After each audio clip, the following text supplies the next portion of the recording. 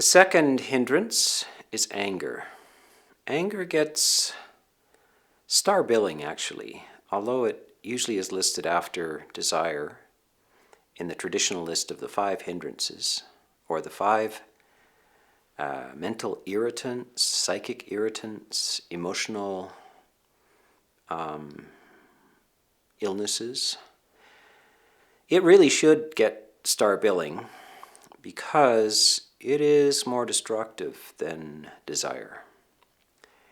And it's also, according to the Buddha, easier to get rid of, so there's hope. The Buddha says anger is a great stain upon the personality, but is relatively easy to get rid of.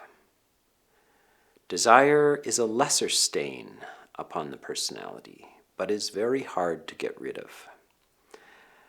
This is something to keep in mind, a good little bit of knowledge, that desire is a more widespread phenomenon and is tolerated and doesn't always lead to destruction. Anger is very problematic and will be conducive to your own unhappiness and the unhappiness of others as well. So,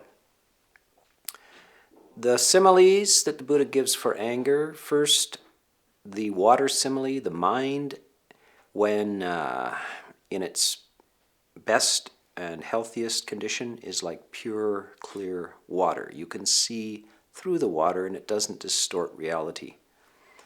Anger is equivalent to boiling water. The bubbles appear. And of course, when the bubbles appear, you can no longer see the bottom of the pot. Everything is distorted. Now, that's problematic. So what happens to the mind in anger? The mind unwisely attends to the fault. Now, the fault, it could be the fault in yourself. Sometimes you're angry at yourself.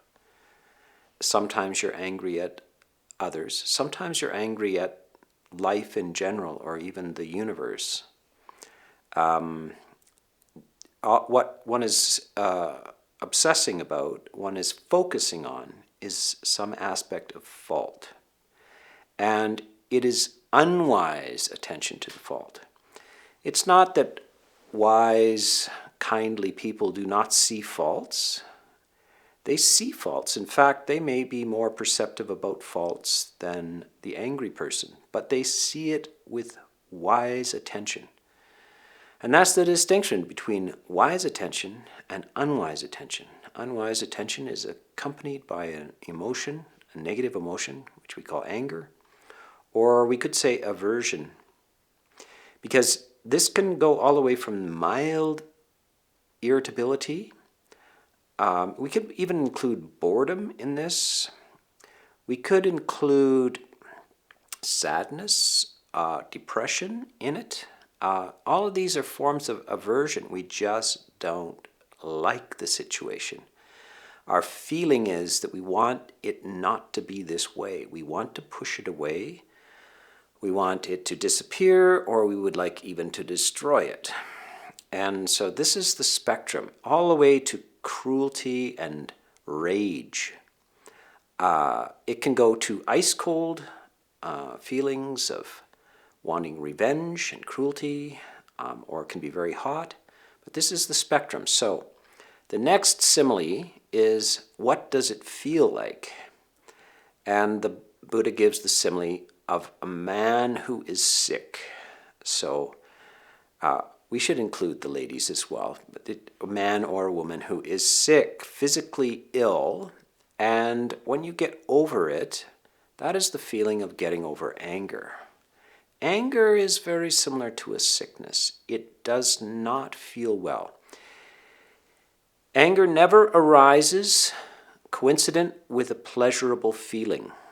It always arises connected to an unpleasant, negative feeling. Unlike desire, desire can arise actually with a positive charge to it. It can arise with a sense of pleasure, or a sense of pain, but anger does not arise with a sense of pleasure. And if you're surprised by that, you need to reflect on this. You need to watch yourself in anger. And you will find out that it is not pleasant, whatever you think. You think perhaps that when I get angry, I feel better afterwards. No, you don't. It's not about afterwards. Afterwards, you feel better because the anger's not there. Some people think, when I shout and scream and hit pillows and stuff like this, I get the anger out. No, you don't, actually.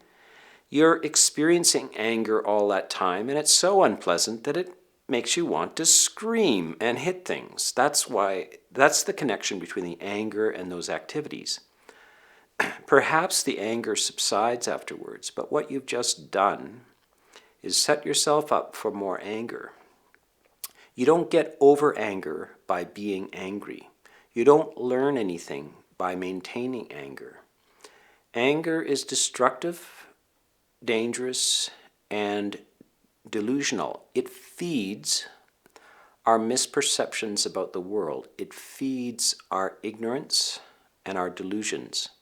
It's the food of delusion. So anger is very destructive. It is painful, but once again, we refer back to the Buddha's statement that it is easier to get rid of than desire. Why is that? Because it's painful. Almost everybody would like to get rid of anger. And lots of people are hesitant to get rid of desire. They're not sure why they should.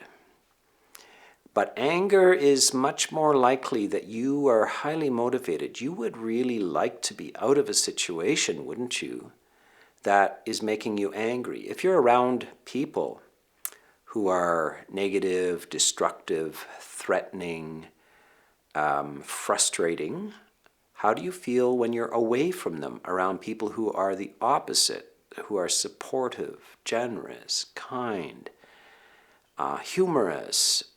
What's the difference there? Which company do you prefer? Of course, everybody prefers that kindness, ease, humor, generosity, trust. So this is the why anger is easier to get rid of, because it's so painful and problematic. You're highly motivated. And if you do one thing, you should actually make it a feature. Perhaps in the order of things, you should be more attentive to the possibilities of anger. It requires mindfulness. Lots of people don't know they're angry. How is that possible? It's possible. It's become so normal, so a part of your ordinary being, to be irritated with life in general, slightly depressed or even significantly depressed. It's become normal in your system, and that's why you are not aware that you are angry. So how are you going to know that you're angry? You must find some situation where you are not angry, that you are happy and at peace, and then you will know the difference. So until you have a break from it, you won't know how bad it is. This is what happens when you're raised in a terribly dysfunctional family life. Or you don't know that you're in a terribly dysfunctional family life until one day you go visit your friends, your neighbors, and they're very civilized. They don't hit each other or shout or curse each other or steal from each other, and it's just a revelation. And then you realize, I've come from the depths. I never want to go back there. So this is the nature of anger. How to help you get out of anger is to remove yourself from irritable situations, put yourself in pleasant environment, and associate with people who are not angry, but who are the opposite, or who are kind and generous and patient and understanding, until the dark clouds clear and you know what it's like to be in the sunshine of goodwill and non-anger. So I hope I've tempted you with the carrot of pleasant abidings and wise attention, and I hope you make the journey quickly towards non-anger and its opposite, which is the presence of goodwill and ease.